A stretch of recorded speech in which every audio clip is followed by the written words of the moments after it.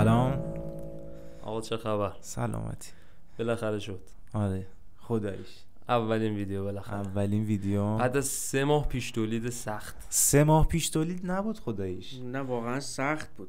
ببین 3 ماه پیش تولید که نبود. 3 ماه که ما 3 ماه 4 ماه درگیر بودیم، ولی مثلا تو 3 ماه کلا شد 6 روز 7 روز 7 روز سفت. 7 روز ولی سفت دیگه. سفت. 7 روز از ساعت 8 صبح تا ساعت آره 3-4 صبح بود واقعا. فشار اومد واقعا. خیلی چیزی. آره ولی ارزششو داشت. آره خوشگل شده خدا رو شکر. بد نیست خوبه. آره خدای. اونجوری من اونجوری نبودم ذوق کنم مثلا. بعد خودتونم میگم چرا ذوق نمی‌کنی مثلا. میگم اونجوری نبود. ولی من اینجوری بودم که هر یه تیکش درست میشد میگفتم به حاجی دست خوش. آره تو قشنگ همونجوری بودی. هر آره. یه تیکه رو که میزدیم، هر یه تیکه رو که درست می‌کردیم می‌مونیم از اون ته وای می‌سادیم نگاه می‌کردیم گفتیم آخه میدونی یه چیزش هم باحال بود، این که یه چیزی تو ذهن بود روی کاغذ و توی نرم افزار این چیزا نمیاد، همون که تو ذهن بود و پیاده می‌کردیم قشنگ در میاد. بعد ما اصلا بیا اندازه بزن و مثلا تو این اپلیکیشن باز کن بیارش بالا ببین خوب میشه قشنگ میشه، تو چت جی پی تی بزن یا مثلا تصویر بگیر ببین قشنگ میشه. اونجوری نبود. این میزه رو یادت چجوری گرفتیم؟ هر چی میزه رو اندازه ارتفاعش اینجوری گرفتیم. من رفتم به طرف گفتم آقا اینو اندازه بزن تا زمین چقدره. درست کرد اومد فیت در اومد. واقعا تیکه تیکه که داشتیم کار میکردیم من میدونستم که قرار انقدر خوشگل بشه. قرار خوشگل بشه. الان واقعا من دوست دارم اینجا. خیلی قشنگ شد. اون چیزی که میخواستیم شد. بعد میگم مثلا یه کاری رو میخوای انجام بدی، حالا میخوای یه ترک موزیک جمع کنی، میخوای یه فیلمی بسازی، یه چیزی جمع کنی، اسم چیزش خیلی سخت پیدا بشه. ما زرتی ملاکسه. اما اول اصلا قبل اینکه بخوایم کاری رو کنیم اولش اسمش رو انتخاب کردیم. ملاکسه. بالاخره مهمون میخواد بیاد اینجا دیگه. آره. تا آخر ستایی نمیخوایم. آره 3 تا کرگدن دور هم بشینیم.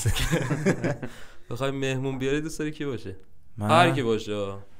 از مثلا از همین یوتیوبرای الان بگم یا نه؟ یوتیوبر میتونی بگی، آدم معروف مثلا میتونی بگی هر کی، مثلا ولی یکی که مثلا بخوره به سیستم. بخوره به سیستم میشه همون یوتیوبر دیگه. اگه مثلا اکثریت من دوست دارم مثلا دارم میگم سهیل سلبا بیاد بش. واقعا سهیل سلبا، من بابای سهیل سلبا رو خیلی دوست دارم. آره باباش بیاد بشینه عشق کنم، یعنی خدا وکیلی. بعد بابای سهیل سلبا بیاد دیگه، امیر ایزد بیاد بشینه. من دوستم بشینم اینجا مثلا دارم میگم صحبت میکنین مثلا 1 ساعت 2 ساعت 3 ساعت با امیر ایزد بشینم صحبت کنم. خیلی قشنگ. تو چی؟ سام صابری من دوست دارم بیاد اینجا. سام صابری حاجی بیاد کوه تستوسترون. خیلی با کلاسه. خدایی با من کلاسه. یکی از تلاشام توی اینجا میدونی چیه؟ اینی که حاجی تستوسترون رو تبلیغش زیاد کنم. آره. هرچی کوه تستوسترون تر باشی و بیشتر دوست دارم تبلیغ کنم. ولی من دوست دارم مثلا اولین مهمون پوریا آدروید بیاد. ولی نباید زیاد خستش کنین دیگه. خسته کنیم میشینه. خسته میشینه. آقا یه مسئله‌ای که خیلی مهمه مهم که چجوری بگم جذابه برای من به شخصه اینه که مثلا با 10 سال آیندهم بخوام ملاقات کنم ببینمش. هم خیلی ترسناکه برام با 10 سال آیندهم بخوام بشینم صحبت کنم با هم دیگه رو ببینیم. هم عجیبه، هم میترسم، هم مثلا دارم میگم حس میکنم ممکنه اتفاقات عجیب غریبی بین ما بیفته. من دوست دارم گذشته رو ببینم. ببین گذشته رو که بخواید ببینیم، من اگه 10 سال گذشته‌مو ببینم این مدلی باهاش برخورد میکنم که همش بهش دیتا میدم. خب میگم این کارو کن، این کارو کن، تو این تصمیمو نگیر، تو اینجا این حرکتو بزن، تو اینجا مثلا میگم. حالا تو ادامه ویدیو راجع بهش صحبت میکنم، ولی میگم بیایم راجع به این 10 سال آینده و گذشته‌ای که ممکن یه موقع اگر ببینیم، یه روزی اگر ببینیم. من گذشته رو ببینم 10 سال گذشته. چند سالم میشه 10 سال دیگه گذشته؟ 14 سال. اول بغلش میکنم حاجی، کلهشو میبوسم میگم پاره‌ای. جدی. نه دیگه تصمیمات دیگه ای نمیگی بهش بگیره که پاره نشه. بغلش کنم بابا، بچه خیلی قرار سخته دیگه. نه اون موقع فکر کنم تخس بودی. تخس بودم نمیذاش بغل کنم. میگفتم خودت زیاد اذیت نکن، کفشای آهنی تو پات کن، یکم شل کن. جدی. تو چی؟ من اگه 10 سال گذشته خودمو میدیدم اولین حرفی که بهش میزدم اینه که قدر زمانتو بده. زمان واقعا مثل طلا و من بابت گذشته‌ای که دارم و زمانی که استفاده نکردم پشیمونم. واقعا پشیمونم. آره دیگه، من یه گذشته خودمون رو ببینیم راجع به پشیمونیایی که میتونستیم انجام بدیم باهاش صحبت میکنیم دیگه. حاجی من میدونی چی میگفتم بهش؟ میگفتم حاجی از مدرسه لذت ببر، خیلی حال میده. مدرسه، دوران مدرسه آخه به من دبیرستان خیلی خوش گذشت. همون دبیرستان دیگه. پس بگو به دوران دبیرستان تو لذت ببر. عشق کن. تاش 2 تا چک میخوای بخوری دیگه، عشق کن، اشکال نداره. یه چیزایی هستش مثل سربازی، مثل مدرسه، مثل دانشگاه، وقتی داخلشی زیاد بهت خوش نمیگذره، احساس میکنی که بهت خوش نمیگذره، ولی بعدش که رد میشی ازش دلت برای اون دوران تنگ میشه. به نظرت برای آینده هم دلت برای الان تنگ میشه؟ 100%. آره من واقعا دلم تنگ میشه. هر چقدر میری جلوتر زندگی سخت‌تر میشه، یک نواختر میشه. یه چیز دیگه من به گذشتم میگم، موقع انتخاب رشته دانشگاه میگم مکانیک فرق نداره، برو معماری. بابا مکانیک هیچ دختری نداره توش، خدا وکیلی 3-4 تا دختر داشت، همه دستا پینه بسته کار کرده. من اصلا تراشکار هیچ دیتایی نسبت دانشگاه نمیتونم بدم. دانشگاه نرفتم. حالا برمیگشتی میرفتی دانشگاه، میرفتی سربازی؟ تو هیچ کدوم نرفتی؟ من هیچ کدومو نرفتم سربازی، نرفتم دانشگاه. و برگشتم، یعنی به اون که اگه از گذشته من میومد جلوی من میشست بهش میگفتم نرو سربازی، نرو، ولی 100 برو دانشگاه، تو حتما برو درس تو بخون. خب و نه اینکه مثلا تحصیل مهم باشه تو جامعه الان، خب، یا مثلا باعث درآمدزایی بشه یا هر چیزی دیگه ای، خب، ولی دانشگاه فضا، ببین من به این نتیجه الان رسیدم که آدم از تا یه سنی بیشتر زندگی نمیکنه که، خب حداقل اون تایمی که داره زندگی میکنه رو لذت ببره همش. من میگفتم برو دنبال چیزی دوست داری. مثلا چی دوست داری؟ مثلا من به فیلمنامه نویسی علاقه داشتم، نرفتم. رفتم دنبال یه چیز کاملا خلافش، کارگاه مثلا CNC کار کردم. من برمیگشتم یکم گریه میکردم. من رشتم CNC بود، بعد من همون موقع هم رشته مورد علاقم کامپیوتر بود و اون موقع من اشتباه کردم، حالا بنا به دلایلی نتونستم برم کامپیوتر، CNC رفتم و علاقه نداشتم. آخر کرونا بود، من کارگاه فنیم درسام افتاده بودم. سلامت باشی. من پول دادم 3 سالش هم افتاده بودم. بعد من میخواستم برم سربازی، من حتی رفتم مدرسه که برگه ترک تحصیلمو بزنن برام، رفتم اتاق مدیریت مهرشو بزن، همه کاراش انجام شده بود، به من گفتش که نرو سربازی و من واقعا اون موقع اشتباه کردم. من اگر اون موقع سربازیمو میرفتم الان خیلی تو زندگیم جلوتر بودم و یه تصمیم اشتباه، یه حرف اشتباه منو کلی عقب انداخت. حالا یکی 10 سال بعدت بیاد بهت بگی داری اشتباه میری، یا به فکر من باش 10 سال دیگه صافی یا داری اشتباه میری. ببین یعنی واقعا اگر یکی از 10 سال آینده من بیاد بگه به من که آقا تو داری کار اشتباهی انجام میدی، واقعا به بنبست میرسم. یعنی رسما وای میستم گریه میکنم. دیدی میگن ایستاده مردن، واقعا ایستاده میمیرم. یعنی اگر یه نفر بیاد بگه که یه نفر از آینده، خودم از آینده بیاد بگه که داری کاری که میکنی اشتباهه. البته اینم بگم مثل میدونی چی میمونه؟ مثل این میمونه که من الان به 10 سال گذشتم دارم میگم این کارا رو نکن، این کارا رو نکن، اشتباهه. خب مثل این میمونه آینده منم بیاد بگه این کارا رو نکن، اشتباهه. ولی اگه به من بگی که آقا تو داری اشتباه میکنی، میگه آقا من نمیدونم چی میخواد بشه، که من اولین بار دارم زندگی میکنم. آره دیگه. آره به من بگم مثلا 10 سال آینده من بیاد به من بگه داری اشتباه پیش میری، من دارم تمام تلاشمو میکنم. این چیزی که از دست من برمیاد و خیلی ترجیح نمیدم که 10 سال آینده رو ببینم. 10 سال آینده شاید به جایی نرسیده باشی، بالاخره زندگی این میدونی چی میشه؟ میشه اون سورپرایزه. آره زندگی برای همه یکسان نیست. یکی تو 18 سالگی به موفقیت میرسه، یکی تو 20 سالگی، یکی تو 50 سالگی. من اون 10 سال ملاک قرار نمیدم. من الان خیلی ها رو میشناسم طرف تو 50 سالگی به اون چیزی که میخواسته رسیده. آدم به امید زنده است و اون 10 سال آینده وقتی من ببینمش به من بگه که داری اشتباه پیش میری، این امید منو کور میکنه. من میگم هرچه پیش آید خوش آید نماشه. آره ولی اگه حالا بتونی در حد یه جمله بهش بگی چی میگی؟ به کی؟ گذشته یا آینده؟ به گذشته میگم زندگی کن. خب آره تصمیماتو خودت بگیر، اون مسیر رو زندگی کن. آدم تو زندگی به نظر من نباید همیشه منطقی تصمیم بگیره، بعضی وقتا حرف دل باید گوش کنه. آره بعضی وقتا بعد بری دیگه، بری حداقل گره ذهنی باز شه دیگه، بری آقا ببین تشریح میشه نشدم میگه آقا اشکال نه من حداقل اومدم تلاشمو کردم. آره. ولی دارکش میدونی کجا میشه؟ مثلا فکر کن تو توی اتاق نشستی، هم قراره با 10 سال پیشت ملاقات کنی، هم با 10 سال بعدت. 10 سال پیشت میاد تو اتاق ولی 10 سال بعدت نمیاد تو اتاق. مردی. خیلی خوب میشه، خیلی باحال میشه. همون موقع ایست قلبی میکنی میمیری دیگه. نه دیگه همون لحظه که نمیمیری، دق میکنی بعدش دیگه. ولی یه سیگنالی میرسه که نه دیگه دق فکر نه دیگه آقا فکر و خیال این که من کی میمیرم از چند آدم از چند ثانیه بعدش هم خبر نداره.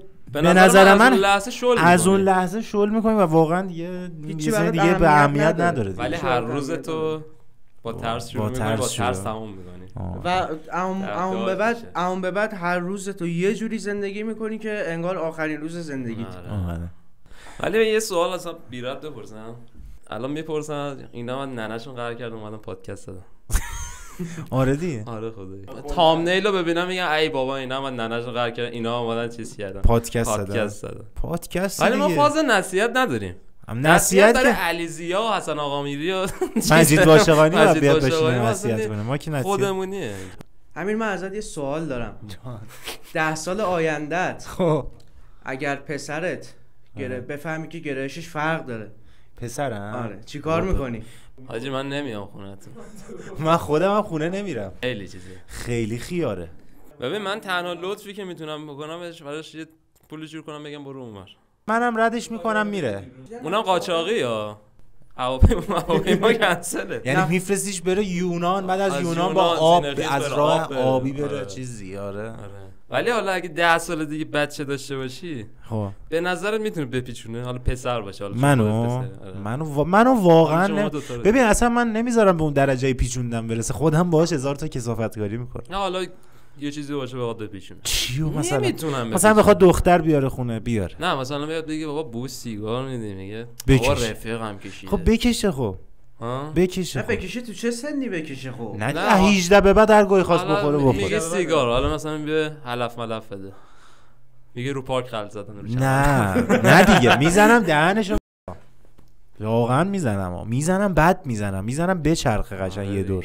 مثلا چشات چرا قرمزه؟ کم خوابیدم. جمع کن بچه، جمع کن. خسته شو. چرا هر چقدر میخوری سیر نمیشی؟ آره یخچالو خوردی بیشتر. نمیتونه بپیچونه. نه منو نمیتونه بپیچونه. نه بابا نه خداییش اصلا زشته بخواد برام. بعضی وقتا من احساس کردم دیگه نمیتونم مچشو بگیرم، از شما کمک میگیرم. یعنی ما بیشتر از تو خلاف، ما بیشتر از تو خلاف کردیم. ما بیشتر یعنی از تو خلاف کردیم. شاید 2 تا چیز بیشتر دیدی. نه بابا تو خود سلطان خلاف ایران بالاخره. اگه بیاد مثلا سیبیلاش اینجا طلایی شده حالا یه سوال خب تو دختر دوست داری دیگه. خب حالا اومدیم مثلا آینده تو خب دختردار شدی واقعا. خب دختر، من حالا طبق شناختی که ازت دارم دوست داری دختر مثلا دختر باشه، واقعا خانوم باشه. خب میدونی چی میگم؟ آفرین. حالا مثلا فکر کن دخترت مثلا بچه است، خب به جای اینکه مثلا دارم میگم دختری کنه، اخلاق پسرونه. آفرین اخلاق پسرونه داره. مثلا دارم میگم میره فوتبال بازی میکنه، چه میدونم اصلا با پسرا میگرده تو سن پایین، خب دوست داره فقط اون مدلی کنه. چیکار میکنی؟ دختره هر جور باشه من باهاش کنار تلاش میکنم یه جور باهاش کنار بیام، بفرستم سمت یه کاری که حالا زنام مثلا خانومم انجام میدن. مثلا میخوای بفرستی ناخون کار شه؟ نه دیگه مثلا معمارای خانم هستن همون شکلی. معماری نفرستش، چون اکثر پسرا به خاطر دختر میرن معماری، اصلا تحصیل میکنن. دختر داشتن سخته. خیلی سخته حاجی. هر روز باید دعوا کنی. حاجی پیر میشم، سر کار نمیتونم برم که. سر کار نمیتونم. تو فکر کن مثلا دارم میگم رفتی تو خیابون حاجی به ابوالفضل پسرت بیاد یه دونه میذارم زیر گوشه. حالا فکر کن برو رنگ کمونی. نه دیگه من رنگ کمونی رو رد میکنم میفرستم میره. آره میگم برو روزی خدا روزی تو جای دیگه حواله کنم. ولی حالا یه چیز دیگه، تو فکر کن همین الان خب فکر کن مثلا دخترت تو خیابون مثلا با یه پسری با مثلا دارم میگم شخصیت من داره مثلا تیک میزنه، خب مثلا تو هم سر رسیدی، اصلا هیچ دیتایی نسبت به من نداری، نسبت به شخصیت من نداری، فکر کن مثلا یکی مثل من ریاکشنت چیه؟ نه من همونجا پیاده میشم از یقش، نه از یقش میگیرم میبرم یه جا کارهای اداریشو میکنم. یعنی چی کار میکنی؟ بگو قشنگ. نه قابل گفتن نیست ولی کارهای اداریشو میکنم. آره اون میگم مثل من فرقی نداره. یعنی هیچ پسر فرقی نداره، هیچ پسری اگر زیر 18 سالش باشه. من خودم حالا جدی خواهرم هنوز ازدواج نکرده، خب ولی بخواد ازدواج چای چرا ولی بخواد تو عروسی مثلا دارم بخواد ازدواج کنه، من واقعا اون پسری که بخواد بیاد بگیره رو باید همه جوره بالا پایینش کنم. حاجی گفتی چی؟ یعنی من یه خاطره تعریف کنم. یعنی ببین نطاق این یارو رو میگه تستای خیلی سنگینی باید رد شه. به خدا وایس من یه چیز، من آبجیم ازدواج کرده دیگه. خب من که فهمیدم مثلا میخوام بیام خواستگاری که مثلا من اصلا کی فهمیدم، من صبح می‌خواستم برم امتحان بدم ساعت 4-5 صبح امتحان پایان ترم و آبجیم گفتش که مثلا میخوام خواستگاری، با گریه رفتم مثلا مدرسه. به خدا خیلی حسابی به قرون با گریه. بعد شبی که می‌خواستم 3 سری اومدن حاجی انقدر شیرینی خوردم مکالی. آره 3 سری اومدن. راحت هم دختر ندادی یعنی 3 سری یارو رو کشوندم. اصلا آبجیم من چای نگرفت، همیشه من شربت گرفتم. دختر همون اگر راحت بدی همون راحت هم برش میگردونن. نه دیگه باید سخت به دست بیاره. ببین نوتو جواب سخت بگیر. خب حالا وایس بهت بگم، حالا من چند سالم بود اون موقع، مثلا 17 سال تو اون حالاش. خب شبی که داشتم میومدم بابام گفتش حاجی کوچه شلوغه، آمد برو یه جا پارک یه چیزی نگه تو. گفتم بابا جمع کنید، بابا میره یه جا پارک میکنه، به من چه ربطی داره؟ ولش کن بابا، دو بیدا ول کن بابا، حوصله‌شو داره، بذار بره خودش پیدا کنه. من الان جا پارکشو پیدا کنم، از فردا من باید برم کارا اینو انجام بدم، ولش کن و فلان این حرفا. حالا من خود بچه خوبی ام است. حالا کسی که نتونه جا پارک پیدا کنه چجوری میخواد پسه زندگی حالا اومدن و نشستن این حرفا. گفتم آبجیم که چیز نگرفت، من بلند شدم شربت بگیرم و شربت رو برداشتم بردم گرفتم جلوی مامانش، برداشت جلوی باباش گرفتم برداشت، رسید به خودش، اومد یکم مثلا تو دل من خودش جا کنه، گفت ان شاءالله عروسی خود یه دونه بالا به پایین نگاه کردن. گفتم حالا وایس ببین به خود دختر میده. حاجی نه باید دامادو باید همون اول نطقش بشید. آره من خواهرم هنوز ازدواج نکرده ولی اگر یه روز ازدواج کنه من با داداشم از الان یه فصل یارو رو میزنم. نه صحبتاشو کردیم که حالا آسیب فیزیکی که نمیزنیم ولی تخریب شخصیتی تا دلت بخواد. آره مثلا تو خونه تو جمع نشسته ما میرینیم بهش مثلا یه چیزی تعریف میکنه خودش میخنده ما نمیخندیم. ما نمیخندیم. آره یه سری با دامادم من بحثم شد، تو رو نتونستم پیداش کنم، تو تلگرام براش وایس گرفتم، تو احترام یه خانم نبود ولی تو رو اشتباه کردم نزدم. نه خب خودمون هم قرار داماد بشیم. خب به نظرتون حسمون چیه اون موقع در مورد اینکه میخوام ما رو تخریب کنن خراب کنن؟ من که نمیذارم. ببین اگه بخواد بیاد جلو این از این حرکتو بزنه که من میفهمم، خب بیاد بدلشو میزنم. نه آخه نه خودمونم خب چون خودمون خواهر داریم تجربه داریم، خب خودمونو میذاریم جای اون کسی که قراره یه حرکتی رو انجام بده تو خانواده مثلا نمیشناسی میخوای بری ازشون دختر بگیر. خب ما سعی میکنیم چون تجربهشو احتمالاً خواهیم داشت سعی میکنیم حرکت فول نزنیم دیگه. خب تو مثلا دارم میگم کسی که یه حرکت فولی نزده که تنبیهش نمیکنن که، خب یا مثلا تنبیه منظورم هر چیزی، یا مثلا همین تخریبه که مثلا میگه خب اگر اون طرف حرکت فولی نزنه خب شما این حرکت رو روش انجام نمیدین. یا مثلا اگه اون دومادتون اون شب نمیگفت برو اونور فلان اینا، تو نمیرفتی تو تخت سینه‌اش بگی داد بیداد نکن. میدونی چی میگم؟ اینا فامیل نمیدونه. فامیل نمیدونه. الان برای خونه مامانم میگه نگی اون خاطره خونه قرار بود تو خونه بمونه. ولی آره مثلا میگم خودمون سعی می‌کنیم حرکت فول نزنیم. قبل از اینکه مثلا برادر زنه بخواد بهم چیزی بگه خودم میگم مثلا خواهرت اذیت کردم دهنمو سرویس می‌کنی.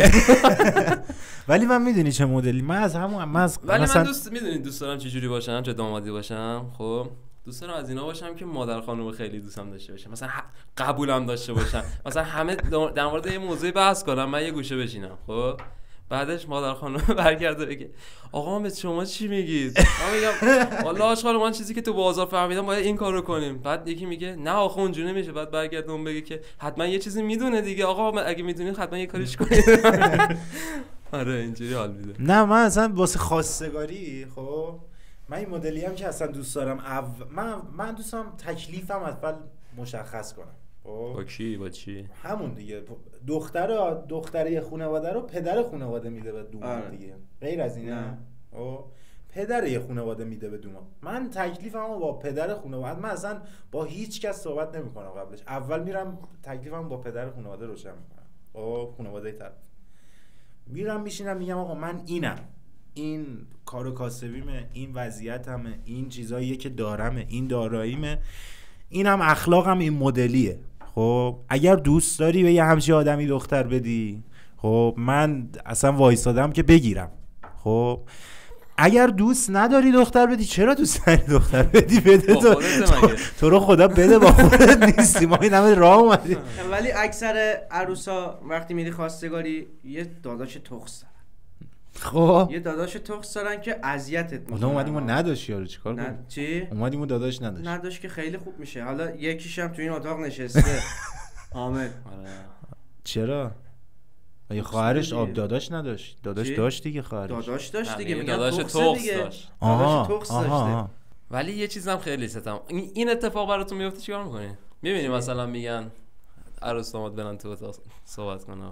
خب اگه مثلا یه داداش کوچیک داشته باشه تخس از این طول سگا، خب بیاد لاتون بشینه، من ببین یا مثلا بخواد برید پارک یه دوری بزنید، آخه اون برای دومادی تو مخ میره که عروس رو ندیده باشه تا حالا، هم دفعه اول میره چایو میاره تازه میبینه. آره راست. خب تازه میخواد تو اتاق بشینن یه ذره با هم دیگه صحبت کنن، با هم دیگه آشنا شن، حالا یه داداش داره نذاره.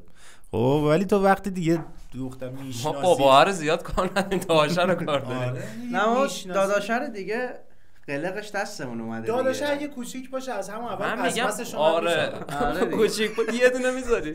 خب کرده نکش داشت بیاد جلوسش داشت. میگم که آره میگم ببین بفهمه بزرگ خونه از این بعد کیه.